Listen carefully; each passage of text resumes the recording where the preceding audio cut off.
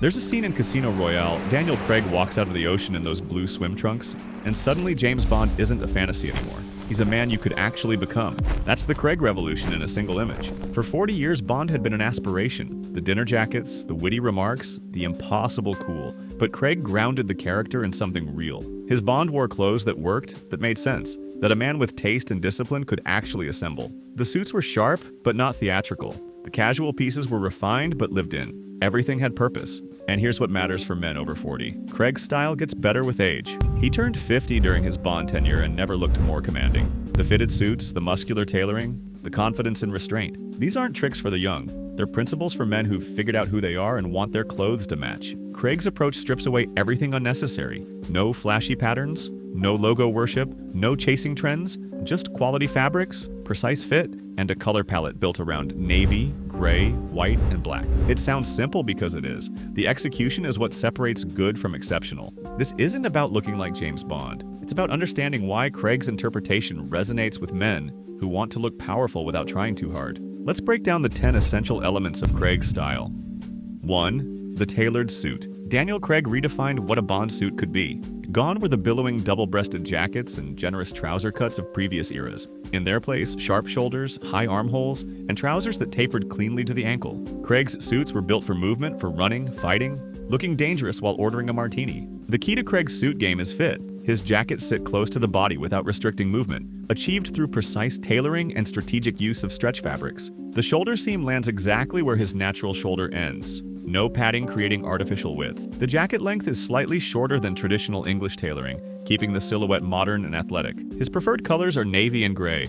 Not adventurous, but that's the point. These colors photograph beautifully, work in virtually any context, and focus attention on the fit rather than the fabric. When you see Craig in a suit, you notice how it makes him look powerful, contained, ready for anything, not what pattern he chose. The construction matters as much as the cut. Craig's suits used canvased construction, the traditional method where the inner structure is stitched rather than glued, which allows the jacket to mold to the wearer's body over time. This isn't visible, but it's felt. A properly constructed jacket drapes differently, moves differently, ages differently. The Tom Ford suits Craig wore on screen became instant classics. For similar effect, the Tom Ford O'Connor navy blue wool suit captures this aesthetic precisely. The slim, tailored cut, natural shoulders, and that unmistakable silhouette that says you mean business. Italian craftsmanship, English restraint, and the kind of quality that survives a decade of regular wear. But a suit is only as good as what goes beneath it, and Craig understood that better than most. 2. The Polo Shirt. Craig made the Polo Shirt dangerous.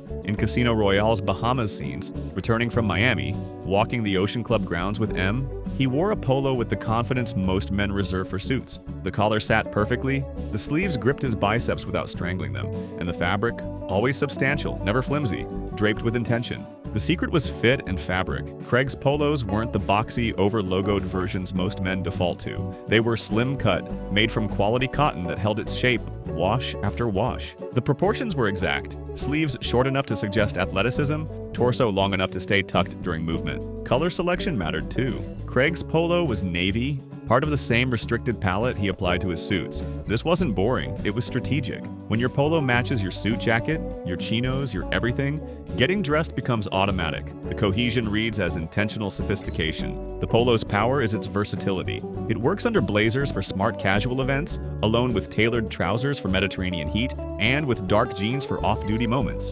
The same shirt, radically different contexts, always appropriate. The Sunspell Riviera polo shirt in navy is the exact piece Craig wore on screen. Designed specifically for Casino Royale by costume designer Lindy Hemming. Made from lightweight Supima cotton mesh, developed in the 1950s for the French Riviera. It's breathable, fitted, and quietly iconic. What goes on your feet matters just as much. Craig knew this instinctively. 3. Chelsea boots. Craig brought the Chelsea boot back to Bond. Previous Bonds wore Oxford shoes almost exclusively, formal, laced, appropriate for diplomatic functions. Craig's Bond needed something different, something that could transition from a London street to a rooftop chase without breaking stride.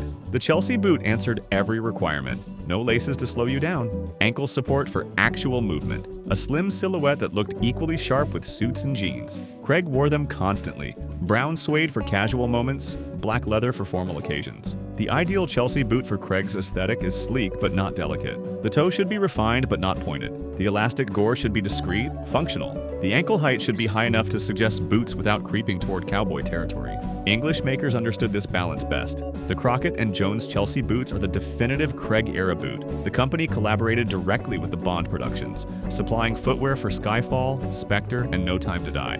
Goodyear welted construction means the boots can be resoled indefinitely. City rubber soles provide grip without sacrificing sleekness, and that perfect proportioning reflects centuries of English shoemaking expertise. Black leather Chelsea boots with a suit suggest power without stuffiness. The same boots with dark jeans and a cashmere sweater suggest a man who knows how to dress without overthinking it. Brown suede versions work beautifully with lighter trousers and linen shirts for Mediterranean evenings. The versatility is complete. One boot style, multiple contexts, always appropriate. But sometimes the outfit needs no shoes at all, just the right swim shorts. 4. Tailored swim shorts. Those blue swim shorts changed everything. When Craig emerged from the water in Casino Royale, his La Perla trunks became the most discussed menswear item of the decade. Not because they were fancy, they were simple sky blue shorts with a fitted cut. But the fit transformed them from beachwear to a statement. Craig's swim shorts rejected the baggy knee-length styles that had dominated for years. His were mid-thigh, tailored with side tabs for adjustment, and cut to follow the body rather than hide it. They looked intentional. They looked like something a man chose, not something he grabbed from a sale rack. The color was significant too, that particular shade of blue, pale Mediterranean, confident, photographed beautifully, and suggested a man comfortable in his own skin. It wasn't trying to be modest. It wasn't trying to shock. It simply fit the context perfectly.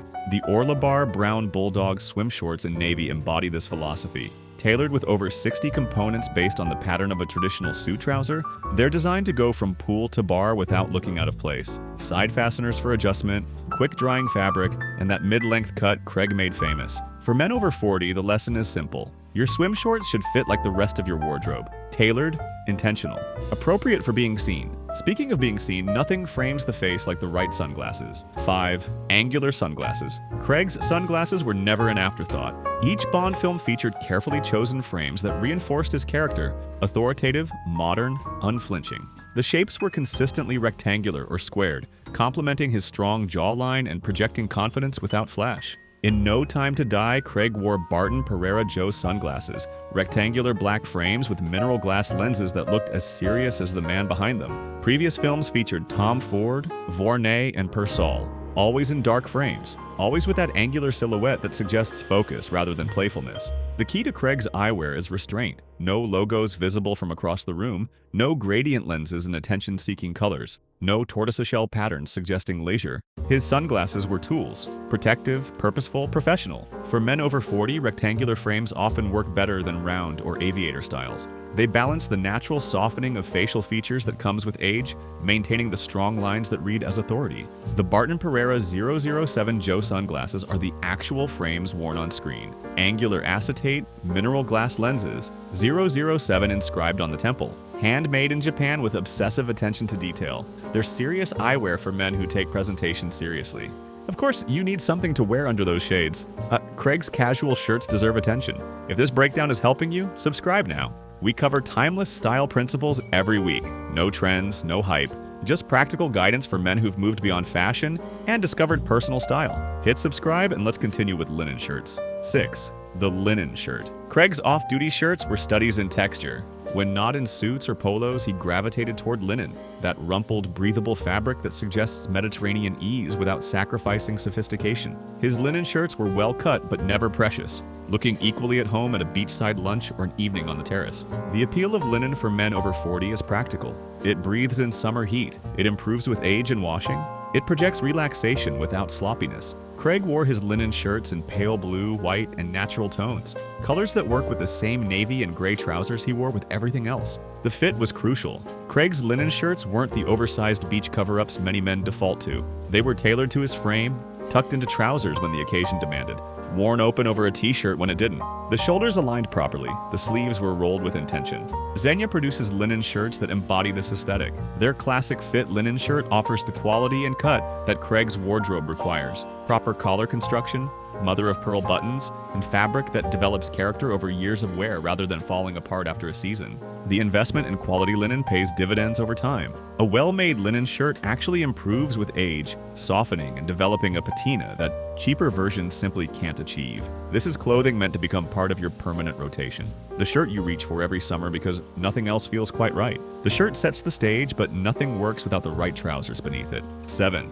The Well-Cut Trouser. Craig's trousers told half the story. His bond revolutionized the way men thought about trouser length and width. Gone were the pooling hems and generous thighs of previous decades. In their place, a clean, tapered leg that showed just enough sock and followed the natural line of the body without strangling it. The key was the absence of break. Craig's trousers were hemmed to barely touch the top of his shoe, sometimes shorter, creating a clean horizontal line at the ankle that suggested precision and modernity. This length requires confidence. It announces that you know exactly what you're doing. His fabrics ranged from wool for suits to cotton and linen for casual wear, but the silhouette remained consistent. Flat fronts, no pleats, side adjusters when possible instead of belt loops. The waistband sat at the natural waist, not the hip-hugging low rise that ages poorly, but the classic position that keeps proportions balanced. Massimo Alba understands this aesthetic completely. Their Ionio 2 linen trousers in navy offer the Italian soft tailoring that complements Craig's fitted approach. Delevé washed for character, tapered cleanly through the leg,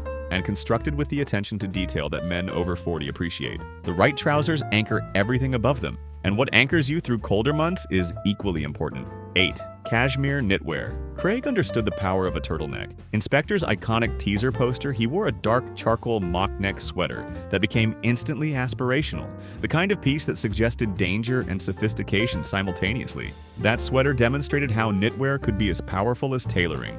Craig's approach to sweaters was consistent. He favored slim fits that followed his frame, solid colors that didn't compete with anything else, and quality materials that justified the investment. His cashmere pieces weren't bulky, they were fine gauge designed to layer under jackets or stand alone without adding visual weight. The colors were predictable in the best way: navy, gray, charcoal, occasional black. This wasn't creative bankruptcy, it was systematic building. Every sweater worked with every trouser, every jacket, every shirt in his wardrobe. The monotony was deliberate. N. Peel supplied Craig's bond with the cashmere pieces that appeared on screen. Their roll neck sweater is the actual Spectre poster piece. 70% cashmere and 30% silk, slim fit, and that distinctive mock neck that frames the face without the height of a full roll neck. The fine gauge construction keeps it sleek rather than bulky, allowing it to layer seamlessly under tailored jackets. The mock neck is particularly effective for men over 40. It elongates the neck, frames the jawline, and suggests sophistication without the formality of a collared shirt. Craig wore his with suits for evening events, with linen trousers for casual dinners, and with jeans and a jacket for weekends that required looking put together without trying too hard. The sweater elevates everything, but even the finest knitwear means nothing without the right watch on your wrist. 9. The Diver's Watch. Craig put the tool watch back on Bond's wrist. Previous Bonds had drifted toward dress watches, elegant complications on leather straps. Craig's Bond wore a diving watch from the beginning. The Omega Seamaster, a timepiece built for actual underwater use but refined enough for black tie events. The Seamaster made sense for Craig's Bond. This was a spy who got his hands dirty, who swam through canals and fought on rooftops. His watch needed to survive that life while still looking appropriate at a casino in Montenegro. The Seamaster delivered both, tool watch credibility with luxury finishing. The blue dial version became Craig's signature. That rich, wave-textured dial caught light beautifully while reinforcing the nautical connection the Seamaster was built for. The steel bracelet was robust, the bezel was functional, and the whole package projected competence rather than ostentation. For men over 40, the diving watch offers practical advantages. It's water-resistant for actual life, swimming, unexpected rain, forgetting to remove it before a shower. It's legible in any lighting thanks to luminous hands and markers. It's robust enough to wear daily without precious handling, and it suggests a life of action rather than observation. The Omega Seamaster Diver 300 meters in blue delivers exactly this. The same watch Craig wore with ceramic bezel and dial, master chronometer movement certified to the industry's highest standards, and that unmistakable wave pattern laser engraved on the dial. It's a watch that works as hard as the man wearing it while still looking appropriate at any occasion short of white tie. A great watch tells people what you value, but how you carry yourself tells them even more. 10. Disciplined accessories. Craig's accessory approach was ruthlessly minimal. His Bond wore a watch and occasionally sunglasses. That's nearly all. No visible bracelets, no neck chains, no pocket squares exploding from breast pockets. The restraint was complete and intentional. Every visual element pointed toward the man. not as decorations. This minimalism extended to luggage and leather goods. When Craig's Bond traveled, he carried simple, quality pieces in dark colors. No logos, no excessive hardware, no announcements of luxury. The effect was a man who clearly owned excellent things but felt no need to display them. The lesson for men over 40 is liberating. You don't need more accessories, you probably need fewer. The right watch on a bare wrist reads stronger than a wrist cluttered with leather bands and metal chains. The pocket square left at home often improves the outfit it was meant to elevate. When you do invest in quality travel goods that will last decades. Globetrotter Centenary Carry-On. Suitcase represents this philosophy, handmade in England since 1897, a leather-trimmed vulcanized fiberboard, the kind of luggage that gets better with use rather than worse. Each scuff tells a story, each mark adds character. It's the piece Craig's Bond would carry through airports worldwide, aging gracefully while lesser luggage falls apart. The same principle applies to wallets, card holders, and any leather goods you carry daily. Buy quality once, maintain it properly, and it becomes part of your permanent kit. The accumulated patina of well-used quality goods suggests experience, taste, and the wisdom to invest in things that last. Restraint is the final lesson. Master it, and the rest becomes clear. Craig's style endures because it was built on principles, not trends. Navy suits, fitted polos, minimal accessories, quality over quantity, fit over fashion. He proved that a restricted palette and disciplined approach could create more visual impact than closets full of variety. For men over 40, this is the essential insight. You don't need more clothes, you need the right clothes, fitted properly, in colors that work together automatically. Craig's wardrobe was probably smaller than you'd guess, but every piece was excellent. Every piece worked with everything else. Every piece had been chosen for purpose, not impulse. The transformation available to you is the same one Craig demonstrated. Take a man in baggy clothes and uncertain colors. Put him in a well-fitted navy suit, quality Chelsea boots, and a serious watch. The physical person hasn't changed, but the impression he makes has shifted dramatically. This isn't about becoming James Bond. It's about applying Bond-level attention to your own wardrobe. It's about understanding that fit matters more than labels, that restraint reads as strength, that consistency creates confidence. Start with fit. Get your suits tailored to actually fit your body. Find a polo that grips your arms properly. Buy trousers hemmed to the correct length. These details cost less than most men spend on unnecessary purchases, and they transform everything you already own. Craig showed us what's possible, the rest is execution. So for your next step, I'd recommend watching the next video on the screen. It builds perfectly on what we've covered today.